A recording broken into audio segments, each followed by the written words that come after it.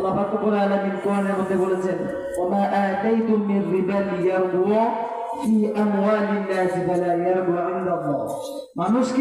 মানুষ কি মনে করে যে যে আছে আপনার সুদটাই কি বৃদ্ধি হয়? মানুষ কি এটা মনে করে নিয়েছে? কিন্তু আল্লাহর কাছে সুদ বৃদ্ধি হয় না।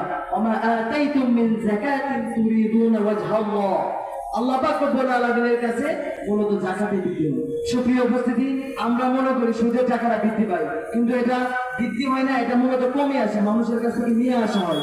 আর যাকাত যেটা, এটা শাব্দিক অর্থই হচ্ছে বৃদ্ধি পাওয়া। এটা মানুষকে বিলিয়ে দেওয়া হয়। একজনের টাকা থেকে 10 জন স্বাবলম্বী হয়, 10 জন স্বাবলম্বী হয়ে দেখা যাচ্ছে তারা ঈদের মধ্যে ভালো জামা কাপড় করতে পারে, ভালো খেতে পারে। এটাই আল্লাহ পাক রব্বুল আলামিনের কাছে বৃদ্ধি হয়। এই জন্য সুপ্রিয় উপস্থিতি, আমরা যাকাতের মাধ্যমে যাকাতি যে কায়দা রয়েছে সেটা আমরা ইনশাআল্লাহ প্রতিষ্ঠিত করব। আল্লাহ সুবহানাহু ওয়া তাআলা আমাদেরকে সেই তৌফিক দান করুন।